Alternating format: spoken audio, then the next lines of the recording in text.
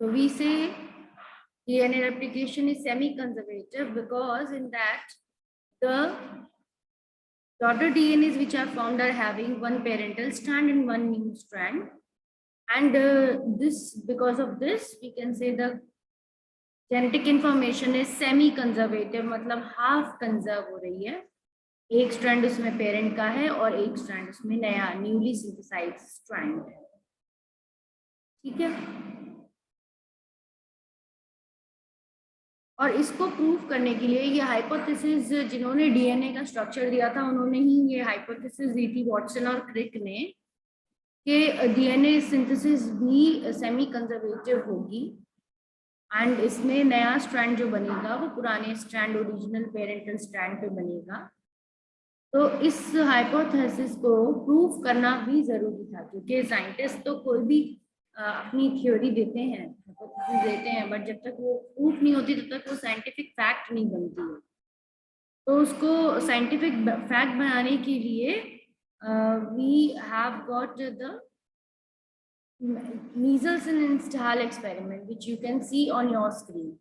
Mieselson-Stahl का एक experiment होता है जिसमें उन्होंने इकोलाई को लिया है, सैंपल ऑर्गेनिज्म. इकोलाई को ग्रो करते हैं वो on the media, and E coli को ग्रो करके दो डिफरेंट मीडियाज पे ग्रो करते हैं. One 14 nitrogen containing, that is normal isotope of nitrogen, that is low molecular weight. तो जब वो ऐसे कल्चर में ग्रो करते हैं E. coli को, you can see on screen, they grow E. coli for on 15th nitrogen ammonium chloride NH4Cl culture medium, and nitrogen 15 heavy isotope of nitrogen was incorporated in the both the strands of DNA, and DNA become heavy DNA.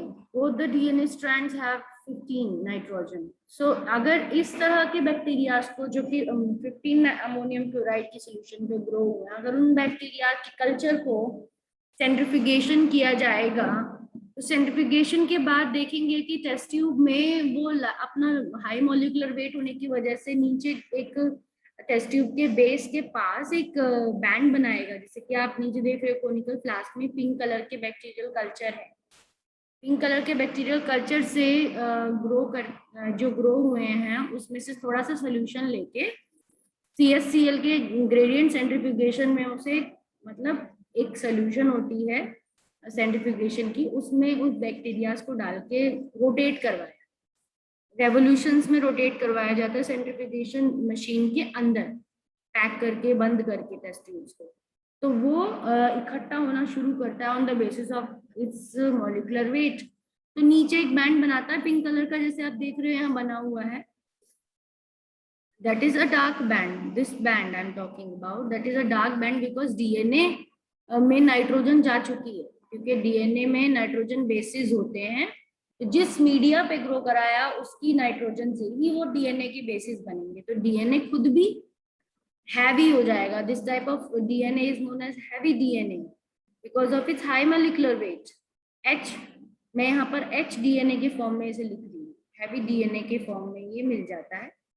And then इसके बाद जब हम इसको और एक generation के लिए, मतलब इस तरह की डीएनए, इस तरह के बैक्टीरियाज को अब हम सडनली इनका मीडियम चेंज करते हैं. अब हम इन्हें 15 पे ग्रो ना कराकर 14 पे ग्रो कराते हैं. तो this the E. coli will be transferred to a 14 nitrogen medium. 14 nitrogen के मीडियम पे जब ग्रो करवाएंगे तो 14 नाइट्रोजन का मीडियम लाइट होता है, कम एज कम्पेयर टू 15 के उसका वजन 14 है. सो यहाँ पर लाइट डीएनए मिलता है. यहाँ पर एक ऐसा डीएनए मिलता है जिसकी डेंसिटी ना हाई डीएनए की तरह, हैवी डीएनए की तरह लोअर है, ना प्योरली लाइट है. It is in intermediate band. हमें इंटरमीडिएट जगह पे, मीडियम जगह पे बैंड मिला, मिडल पोजीशन पे बैंड मिला, and that type of band will be called as hybrid band. Hybrid, ठीक है, हाइब्रिड बोलते हैं इसको. मतलब इसमें एक स्ट्रैंड पुराना है पिंक वाला और एक स्ट्रैंड इसमें ब्लू वाला है. आप देख भी रहे हो यहाँ पर क्योंकि एक स्ट्रैंड में तो ऑलरेडी पुराने वाले डीएनए के 15 है, क्योंकि ये खुला हुआ होगा, ये 2 में खुल गया था। सेमी कंजर्वेटिव मोड यही कहता है कि जो ओरिजिनल स्ट्रैंड होता है वो अपने अपने 2 स्ट्रैंड खोल देता है। यहाँ पर एक स्ट्रैंड खोल दिया डीएनए ने, और यहाँ पर ये जो डीएनए था इसने अपना एक स्ट्रैंड ऐसे खोल दिया। अब इन स्ट्रैंड्स के ऊपर नए डीएनए बनते हैं, नए डीएनए स्ट्रैंड बनते हैं इन दोनों के ऊपर। तो जब ऐसा होगा तो पुराने वाले 15-15 वाला खुलेगा, तो इस तरह के 2 डीएनए मिलेंगे जिनमें एक स्ट्रैंड पुराना लाइट वाला होगा और एक स्ट्रैंड हैवी वाला होगा। ठीक है, तो यहाँ पर दे भी रखा है nitrogen 15 and second strand is nitrogen 14। Is it clear? Is it clear, Anushka? Himanshi? Yes, ma'am. Whether it is clear, if you don't want to say. Okay. So now what we done, एक generation के लिए तो हमने इसे light medium में रखा, second generation के लिए भी हमने इसे इसी में छोड़ दिया। एक जनरेशन का टाइम 20 मिनट्स होता है, बैक्टीरिया को 20 मिनट्स के लिए रखना होता है नए मीडिया पे। अब हमने 20 की जगह कुछ बैक्टीरियाज को 40 मिनट्स तक छोड़ा।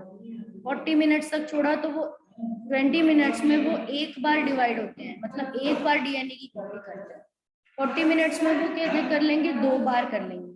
जब वो 2 बार डिवाइड होंगे तो ये वाले डीएनए आप अपने आप में और ओपन होंगे, और इस पे जब ये ओपन होंगे तो इस पे एक तो लाइट, प्योरली लाइट बन जाएगा, एक प्योरली लाइट बनेगा और एक हाइब्रिड बन जाएगा। क्लियर? तो प्योरली लाइट और हाइब्रिड क्या करेगा, ये अब यानी कि 2 तरह के बैंड बनेंगे। जब हम टेस्ट ट्यूब में से बैंड बनाने की कोशिश करेंगे तो एक तो हाइब्रिड बैंड ही मिलेगा हमें और एक प्योरली लाइट बैंड मिलेगा हमें। क्लियर?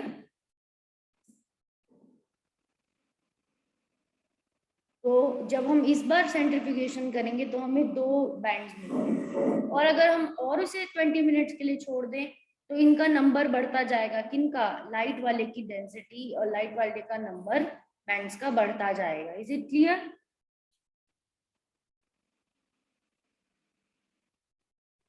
क्यों ऐसा हो रहा है? Because it is a semi conservative DNA replication. It is happening because of the, हर बार जो पेरेंट स्ट्रैंड जिसे डीएनए रेप्लिकेट करना होता है वो ओपन होता है और उस पे नए डीएनए बनाता है। Is it clear?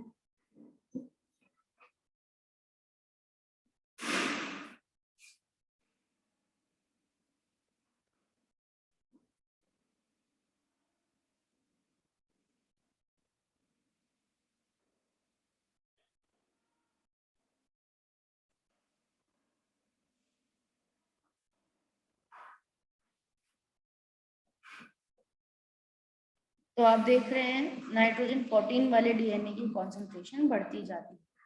इसी मोड ऑफ रेप्लिकेशन को semi conservative mode of DNA replication बोलते हैं। यही एक्सपेरिमेंट नीसेल्सन और स्टाल का एक्सपेरिमेंट था।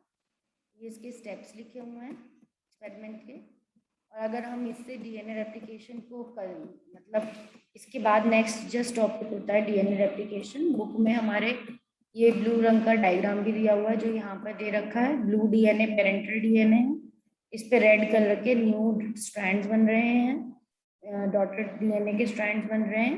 ब्लू वाले पे जितने भी न्यूक्लियोटाइड के सीक्वेंस होंगे उनको रीड करके उन्हीं के सामने नए नाइट्रोजन बेसेस डालकर रेड डीएनए स्ट्रैंड्स बनवाए जाएंगे। ठीक है, एक स्ट्रैंड आप देख रहे हो कि कंटिन्यूअस बन रहा है, that is continuous DNA synthesis, और दूसरा स्ट्रैंड आपका डिसकंटिन्यूअस सिंथेसिस बन रहा है, ब्रेक होके बन रहा है। Is it clear?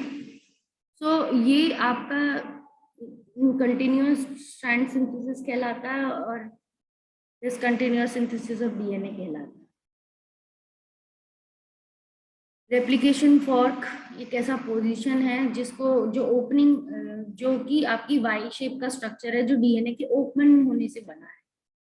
तो दिस पोजीशन इन विच जो डबल स्ट्रैंडेड डीएनए, ऊपर तक वो डबल स्ट्रैंडेड है, यहाँ पर पूरे बेस पेयर सामने सामने लगे हुए हैं लैडर की तरह, बट यहाँ पर बेस पेयर्स ब्रेक हो गए हैं, यहाँ के बेस पेयर्स अलग हो गए हैं और यहाँ के बेस पेयर्स अलग हो गए हैं।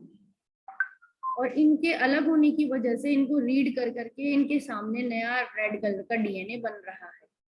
तो ऐसे स्ट्रक्चर को, जो कि ये वाई शेप का स्ट्रक्चर होता है जहां पर जो डबल हेलिकल डीएनए जुड़ा हुआ डीएनए होता है ओपन किया जाता है और ऐसे करके खोल दिया जाता है, इसको रेप्लिकेशन फॉर्क कहते हैं। ऐसे एरिया को जहां डीएनए ओपन होता है for replication, for reading, that is replicate a y shaped structure is called a replication form। ठीक है, एक वाई शेप का स्ट्रक्चर बनना डीएनए में by breaking the bonds of the DNA and opening the helix, opening the double DNA helix. और यहाँ पर इसको लैगिंग स्ट्रैंड बोलते हैं जो टूट टूट के बनता है, ब्रेकिंग में बनता है, और इसको जो कंटिन्यूअसली बनता है उसको leading strand. Clear? Is it clear? Is it clear students? Yes ma'am. आप और भी एंजाइम देख रहे हो, उसमें ग्रीन कलर की डीएनए पॉलीमरेज एंजाइम है जो आप देख रहे हो कि यही वो एंजाइम्स हैं जो कि ये रेड कलर के न्यू डीएनए की न्यूक्लियोटाइड के स्ट्रेचेस लगा रही हैं। तो और लाइगेज का क्या काम हो रहा है? दो स्ट्रेचेस को आपस में जोड़ेगी। DNA ligase is a joining enzyme. ये दो स्ट्रेचेस जो कि टूट टूट के ब्रेकिंग में बन रहे हैं वो उसको ज्वाइन करती है। कैसे?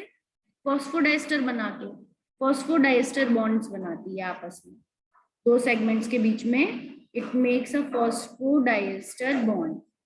इसे मैं लिख नहीं पा रही हूँ इस पे। एंड जो रेड कलर के डीएनए न्यूक्लियोटाइड सीक्वेंसेस बना रही है, यहाँ पे अगर मान लो कॉम्प्लीमेंट्री बेस पेयर का रूल लग रहा है, अगर इस नीले वाले स्ट्रैंड में जो भी सीक्वेंस है, यानी एडिनिन है, थाइमिन है, बेस पेयर्स के जो भी सीक्वेंस है ब्लू वाले स्ट्रैंड में, पेरेंटल स्ट्रैंड में, उसको सामने ही उसके वही वाले बेसिस लगाने हैं उससे कॉम्प्लीमेंट्री। कि एडिनिन के सामने जो पॉलीमरेज होगी वो हमेशा थाइमिन लगाएगी, एंड ग्वानिन के सामने हमेशा साइटोसिन लगेगा। तो ये बेस पेयरिंग के रूल्स फॉलो करते हुए डीएनए को कॉपी करती है। ठीक है, ओकाज़की फ्रैगमेंट्स बनाती है। Is it clear?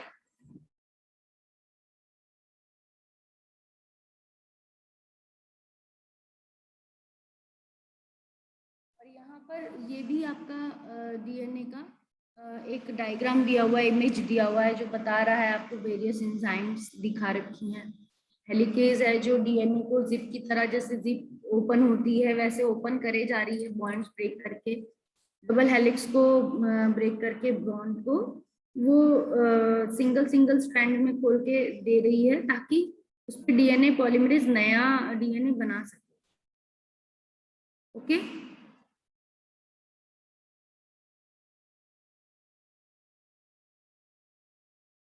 यानी कि नेक्स्ट जो इमेज है इसमें भी जो डीएनए हेलिक्स है, ये डीएनए हेलिक्स है कंप्लीट ट्विस्टेड फॉर्म में। DNA helix in the form of कि स्पाइरल होता है डीएनए, डीएनए इस तरह का स्पाइरल होता है। तो हेलिकेज एंजाइम का क्या काम है? हेलिक्स को ब्रेक करना। ये डीएनए हेलिक्स है, हेलिक्स को कैसे ब्रेक किया जाएगा? बॉन्ड्स तोड़कर। तो हेलिकेज क्या करती है? आपस में इसको ऐसे करके तोड़ देती है, बीच के बॉन्ड्स को तोड़ देती है, हेलिक्स के बॉन्ड्स। ये वाली एंजाइम अनवाइंड कर रही है डबल हेलिक्स को, मतलब ब्रेक करके ये सिंगल सिंगल में चेंज कर रही है, रेप्लिकेशन फॉर्क बना रही है। एंड देन ये ग्रीन कलर की जो पॉलीमरेज है ये इसके ऊपर नए नए स्ट्रैंड्स लगाती जाएगी, रीड करते करते नए स्ट्रैंड्स रेड कलर के बनाती जाएगी।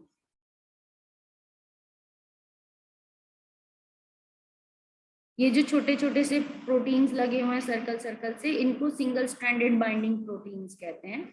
ये जो नए नए एक एक स्ट्रैंड यहाँ खुले हैं, एक डीएनए का स्ट्रैंड यहाँ खुला है ऐसे पैक था पहले, और एक यहाँ गया है ऐसे खुलकर। तो ये जो नए सिंगल स्ट्रैंड के डीएनए ओपन हुए हैं इनको ओपन ही रखते हैं ये, ताकि इनसे दूसरी एंजाइम्स इन पे काम कर सके। तो ऐसे प्रोटीन्स यहाँ भी जुड़ जाते हैं, सिंगल स्ट्रैंडेड बाइंडिंग प्रोटीन्स। और ये भी डीएनए पॉलीमरेज। ये देखो आप अंदर की तरफ से रेड कलर का डीएनए बनाती हुई लेके आ रही है, पेरेंट स्ट्रैंड को रीड कर रही है और बना रही है। तो इसमें आपको एंजाइम्स भी लगेंगी, इस वेरियस तरह के प्रोटीन्स लगेंगे, इसमें एनर्जी लगेगी काफी इस प्रोसेस में, एटीपी खर्च होंगे, बिकॉज कोई भी आप नए बॉन्ड्स बनाओगे तो और पुराने बॉन्ड्स ब्रेक करोगे तो हेलिकेज जैसे ब्रेक कर रही है, ओपन कर रही है डीएनए को, उसमें भी एनर्जी चाहिए होती है, नए बॉन्ड्स बनाने में भी एनर्जी चाहिए होती है. So it is a energy demanding process, energy requiring process होता है डीएनए रेप्लिकेशन. प्लस एटीपी तो है ही, इसलिए तो एक तरह से एनर्जी सोर्स तो यूज हो ही रहा है, बट एडेनोसाइन ट्राइफॉस्फेट एटीपी की फुल फॉर्म है. तो आपको पता है एडेनोसाइन ट्राइफॉस्फेट एक तरह का कह सकते हैं एक न्यूक्लियोटाइड ही है जिसमें 3 फॉस्फेट है. तो इससे जहां पर एडेनिन लगाना होगा वहां पे भी डीएनए बनाते वक्त भी इसका काम आएगा. ये एक रॉ मटेरियल भी है जो डीएनए के में जुड़ने में काम करेगा. Mechanism of DNA replication starts at specific point of DNA molecule called point of Ori. और जिस पॉइंट पे ये शुरू होता है डीएनए ओपन होना या डीएनए रेप्लिकेट होना शुरू होता है, उस पॉइंट को ओरी कहते हैं. क्या बोलते हैं? ओरी. ठीक है. जिस पॉइंट पे यानी इस पॉइंट पे ये ओपन हो रहा है डीएनए, इस पॉइंट को ओरी कहते हैं. क्या कहते हैं? ORI, ओरी. Okay.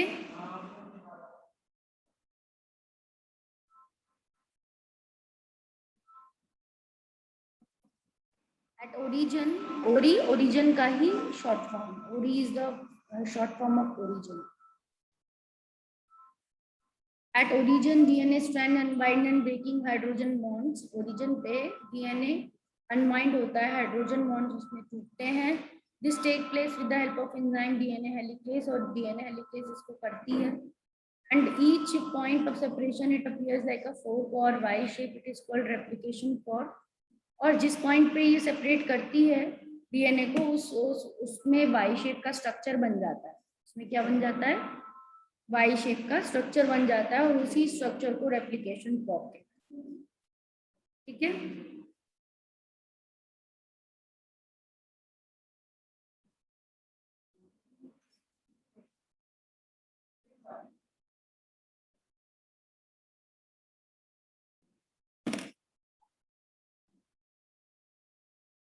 Each old DNA act as a template. जो पेरेंट डीएनए का एक स्ट्रैंड अलग हुआ है वो टेम्पलेट की तरह एक्ट करता है, मतलब वो कोड की तरह एक्ट करता है जिसको रीड करके उस पर नए न्यूक्लियोटाइड्स लगाए जाते हैं.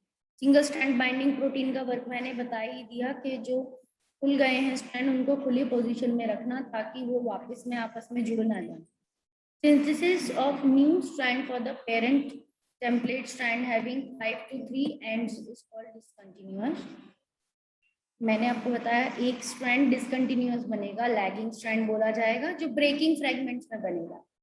मैंने जहां दिखा रखा था डायग्राम में कि लाइगेज उसको ज्वाइन करती हुई दिख रही थी आपको, ये वाला येलो कलर की डीएनए लाइगेज इन फ्रेगमेंट्स को ज्वाइन कर रही है.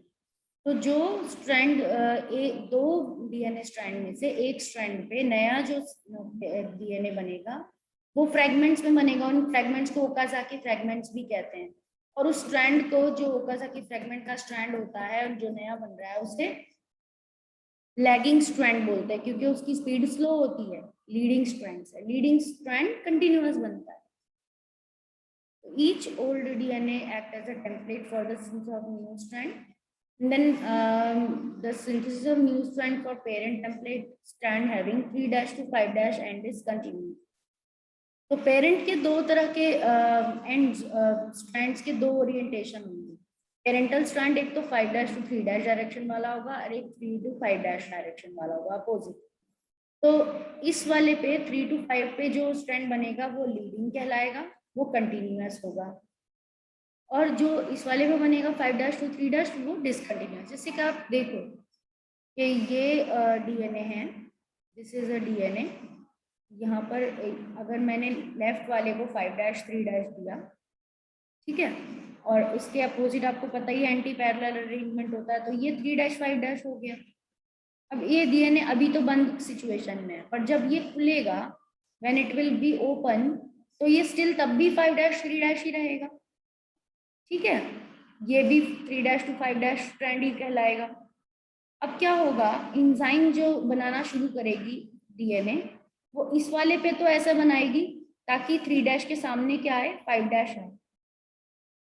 3' के सामने क्या आए, 5' आए नए स्ट्रैंड का, और ऊपर क्या जाता रहे, 3' जाता रहे, यानी 3' के सामने हमेशा उल्टा आना चाहिए। तो ये वाला जो 5' तो 3, जो कि 5' 3' टेम्पलेट पे बनता है, वो बनता है कंटिन्यूअस, क्योंकि 5' 3' को दी ओरिएंटेशन में इंजाइम काम कर सकती है, बट इसमें नहीं कर सकती। इसके लिए क्योंकि वो बनाती हमेशा 5' to 3' ही है, वो हमेशा ऐसे बनाती है। 5' पीछे रहता है, एंडिंग पॉइंट होता है, और 3' ग्रोइंग पॉइंट होता है। डीएनए कभी भी बनता है तो 5' से 3' डायरेक्शन में ही उसका ओरिएंटेशन है, क्योंकि एंजाइम इसी फॉर्म में बनाती है, कभी रिवर्स में नहीं बना सकती। तो वो जब बनाती है तो छोटे छोटे स्ट्रेचेस में बनाती है और हट जाती है, क्योंकि उसे लगता है कि वो गलत बना रही है। तो इसीलिए एक स्ट्रैंड पे लीडिंग स्ट्रैंड बनता है, और एक स्ट्रैंड पे डिसकंटिन्यूअस और ओकासाकी फ्रेगमेंट्स बनते हैं, लैगिंग स्ट्रैंड बनता है। तो 5' to 3' एंड वाले पे लैगिंग स्ट्रैंड बनता है, क्योंकि ये उल्टी डायरेक्शन बन रहा है, 3' to 5' डायरेक्शन में बन रहा है, जो कि डीएनए पॉलीमरेज एंजाइम नहीं बना पाएगी। तो वो थोड़ा सा बनाती है और हट जाती है, रिलीज कर लेती है अपने आप को, इसलिए वो टुकड़े टुकड़े में बनाती है, क्योंकि ये उसकी ओरिएंटेशन नहीं है। उसकी ओरिएंटेशन 5' to 3' डायरेक्शन है जो ऊपर दे रखी है। It normal direction is 5' to 3', वो इस डायरेक्शन में पर्टिकुलर बना सकती है। यहाँ पे क्या लिखा है, what line is given, this line is very important. DNA polymerase third always synthesize new strand in 5' to 3' direction. ये वाले एंजाइम स्पेसिफिक है अपने डायरेक्शन के लिए, कि वो इसी डायरेक्शन में बना सकती है डीएनए स्ट्रैंड्स को, नए डीएनए स्ट्रैंड्स को। यहाँ तक क्लियर हुआ? कभी कभी क्वेश्चन आ सकता है कि which strand is leading, which strand is lagging, या draw diagram of replication for to show leading and lagging strand. किसी भी तरीके से आपका पर एमसीक्यू है, तो आपका एमसीक्यू पैटर्न में अगर टर्म 1 में आएगा तो इस तरह से आ सकता है, द डीएनए पॉलीमरेज किस डायरेक्शन में, what is the direction of the polymerization of DNA polymerase? So answer will be 5' to 3'. It always synthesize new strand in 5' to 3' position. Clear?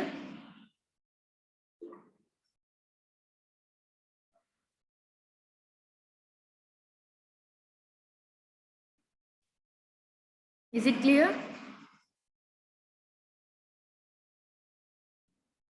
Tell me.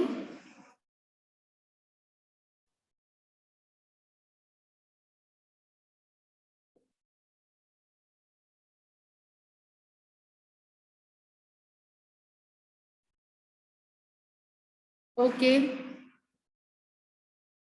Now the synthesis of new strand for the parent templates having 3' to 5' and is continuous. This is strand is called leading strand. So those strands will be leading and lagging. The synthesis of new strand, parent strand having 5' to 3' is discontinuous. Okazaki lagging strand. DNA polymerase third continues the synthesis of Okazaki fragment 5' to 3' direction. At the end, RNA primers are replaced by deoxyribonucleotides with the help of enzymes called DNA polymerase 1. बीच बीच में जो RNA primers थे उनको replace किया जाता है polynucleotide से, DNA nucleotide से, और ओकाजाकी फ्रेगमेंट्स साथ में ज्वाइन होते हैं एंजाइम डीएनए लाइगेज के through. DNA polymerase second once again checks the repair and errors occurred in new strand. RNA and from mRNA to protein is called central dogma. ठीक है, ये एक general rule है biology का, कि इसी ये मॉलिक्यूलर बायोलॉजी का जनरल रूल है, हर ऑर्गेनिज्म में फॉलो होता है, इसीलिए इसे सेंट्रल डॉगमा कहते हैं। कि from the DNA one strand will be used in making a copy or making a molecule called RNA. From one strand of the DNA, RNA will be made, and this process is known as transcription. This will happen in every living organism as a first step. ये first step होना जरूरी है हर organism में, और इस first step में DNA से RNA की कॉपी बनती है और इसको ट्रांसक्रिप्शन कहा जाता है। इसको टर्म दिया जाता है ट्रांसक्रिप्शन। आरएनए, अब आरएनए बना है तो उसका भी कुछ वर्क होगा। तो आरएनए का वर्क होता है कि उससे अब प्रोटीन्स बनेंगे।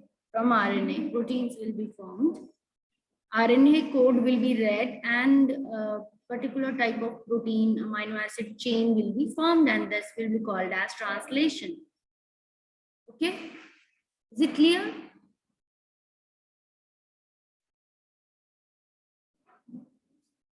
Is it clear, Anushka?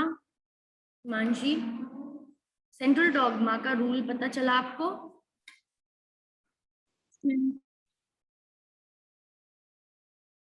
DNA से आरएनए बनना ट्रांसक्रिप्शन, आरएनए से प्रोटीन बनना translation. Okay,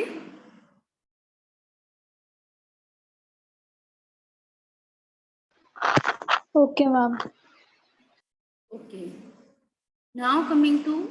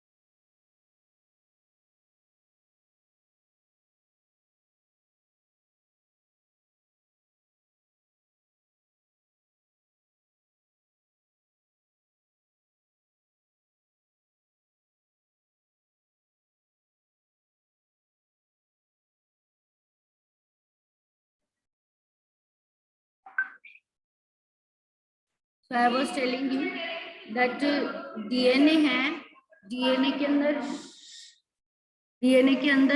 there is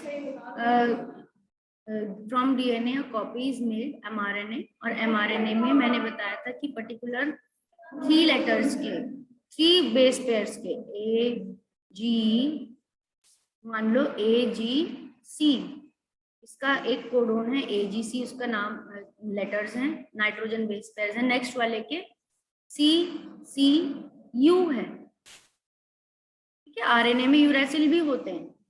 then उसके बारे में नेक्स्ट में UCA है। तो इस तरीके से आरएनए का एक पूरा रिजल्ट बना है, आरएनए बना है, और उसमें 3-3 करके कोड्स हैं अलग अलग।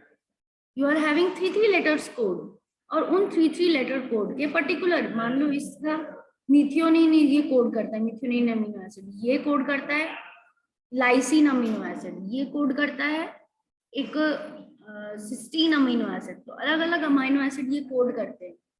इन कोड्स को पढ़ता कौन है और अमीनो एसिड को कौन इनसे जोड़ता है? तो टीआरएनए जोड़ता है। Which one add it? It is a tRNA which joins it. क्योंकि टीआरएनए एक तरफ से किसका काम करता है? It is bringing the amino acid, particular amino acids, and it is making the attaching it to the particular code से वो जोड़ रहा है। तो बीच में एक ट्रांसफर आरएनए नाम का मॉलिक्यूल है जो इन दोनों को कनेक्ट कर रहा है। एमआरएनए पे रखे हुए सीक्वेंस हुए कोड्स को, कोडोन्स को पर्टिकुलर अमीनो एसिड से जोड़ रहा है। और एक और स्ट्रक्चर होते हैं यहाँ पर जिन्हें कहते हैं राइबोसोम्स। राइबोसोम से ये अमीनो एसिड जुड़ा रहता है। राइबोसोम्स में ऐसी एंजाइम होती हैं जो आपस में इन अमीनो एसिड्स को भी जोड़ देती हैं। तो राइबोसोम्स के अंदर पेप्टाइडल ट्रांसफरेज नाम की एंजाइम होती हैं जो इन अमीनो एसिड में पर्टिकुलर बॉन्ड बनाती हैं। तो अमीनो एसिड की हमें फाइनली ट्रांसलेशन के बाद क्या मिल जाती है? एक चेन मिल जाती है। We get a chain of amino acid. ठीक है, we get a chain of amino acid and that is known as a protein.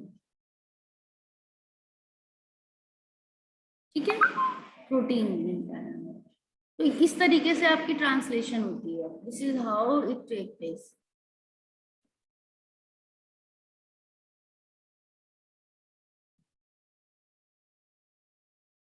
This is central dogma कि कैसे डीएनए से आरएनए बनेगा। आरएनए में मैसेज होगा, इसीलिए उसे मैसेंजर आरएनए, एमआरएनए बोला जाएगा। और उस मैसेज को डिकोड करके चेन ऑफ अमीनो एसिड्स बनाई जाएगी जो कि प्रोटीन होती है। That is protein. Clear? Is it clear?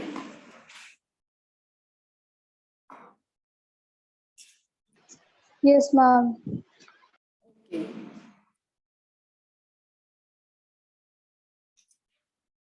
The processes of transcription take place by DNA helicase, DNA polymerase second, ribonucleotides.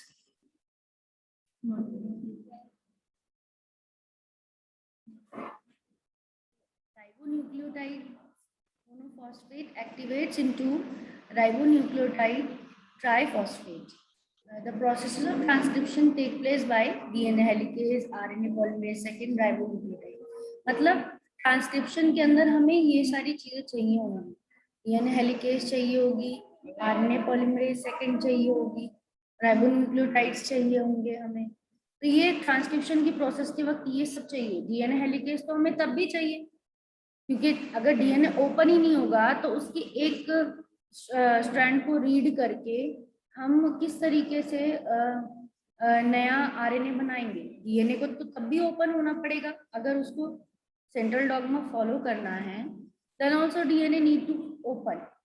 Helicase enzyme हमेशा डीएनए को ओपन करती है। Helicase always open the DNA, उसकी बॉन्ड ब्रेक करती है। यहाँ पे आप, जब मैंने आपको इसका बताया था रेप्लिकेशन का, तभी मैंने आपको बोला था देखो यहाँ पे डीएनए हेलिकेज है, ये ऑरेंज रंग की enzyme, it is opening the strands. जब डीएनए ओपन होगा तभी तो उसके ऊपर आरएनए बनाए, चाहे हम डीएनए बनाए। रेप्लिकेशन की प्रोसेस पे डीएनए के दोनों स्ट्रैंड्स पे डीएनए बनता है, डीएनए की ही कॉपी बनती है। जबकि ट्रांसक्रिप्शन के टाइम पर डीएनए के किसी एक स्ट्रैंड से आरएनए बनता है। Are you getting my point? ये तब भी ओपन होता है। तो हमें प्रोसेस ऑफ ट्रांसक्रिप्शन में डीएनए हेलिकेज चाहिए होता है। वी रिक्वायर आरएनए पॉलीमरेज, क्योंकि अब हमें किसका सिंथेसिस करना है? अब हमें डीएनए का नहीं सिंथेसिस करना, अब हमें आरएनए का सिंथेसिस करना है। तो हमें आरएनए पॉलीमरेज वाली एंजाइम चाहिए होगी अगर हम ट्रांसक्रिप्शन की प्रोसेस की बात कर रहे हैं। तो आपकी सेकंड प्रोसेस ट्रांसक्रिप्शन है। अगर हम रेप्लिकेशन प्रोसेस समझ गए हैं तो उसके बाद बुक में भी आपको ट्रांसक्रिप्शन प्रोसेस ही दी हुई है, तो दैट वी आर अंडरस्टैंडिंग। तो हम उसके रॉ मटेरियल्स अगर देखें तो डीएनए हेलिकेज हो गया, आरएनए पॉलीमरेज हो गया, और राइबोन्यूक्लियोटाइड्स हो गए। यानी आरएनए बनाना है तो आरएनए के ही तो न्यूक्लियोटाइड्स चाहिए होंगे, डीऑक्सीराइबोन्यूक्लियोटाइड्स नहीं चाहिए। तब अगर आरएनए बनाना है तो हमें राइबोन्यूक्लियोटाइड्स चाहिए। और राइबोन्यूक्लियोटाइड डीऑक्सीराइबोन्यूक्लियोटाइड में क्या फर्क है कि राइबोन्यूक्लियोटाइड में हमारी राइबोस शुगर होगी। This is the change. Ribose sugar में 2' पोजीशन पे भी OH वाला वी कैन से ग्रुप होगा। ठीक है, ये चेंज होता है कि इसमें इस शुगर में यहाँ पे भी OH होता है, 3' पे भी OH होता है, 2' पे भी OH होता है, दोनों पे OH ग्रुप होता है।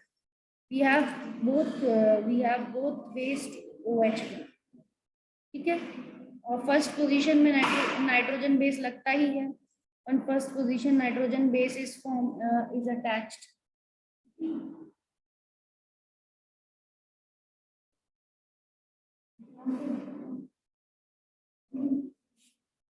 ठीक है, नाइट्रोजन बेस फर्स्ट पोजीशन पे लगता ही है।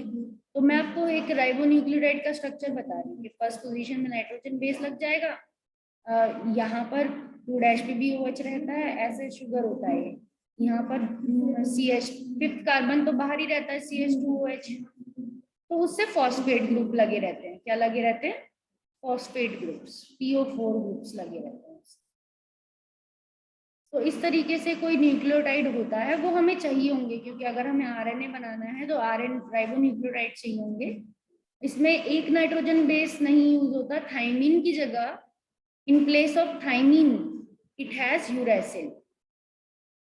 राइबोन्यूक्लियोटाइड्स अगर भी यूज भी करेंगे तो उसमें जहां जहां पे थाइमिन होना चाहिए वहां पे, क्योंकि उसमें थाइमिन नाम की नाइट्रोजन बेस नहीं होता, आरएनए यूरेसिल नाम का नाइट्रोजन बेस होता है, as a uracil name nitrogen base. Is it clear?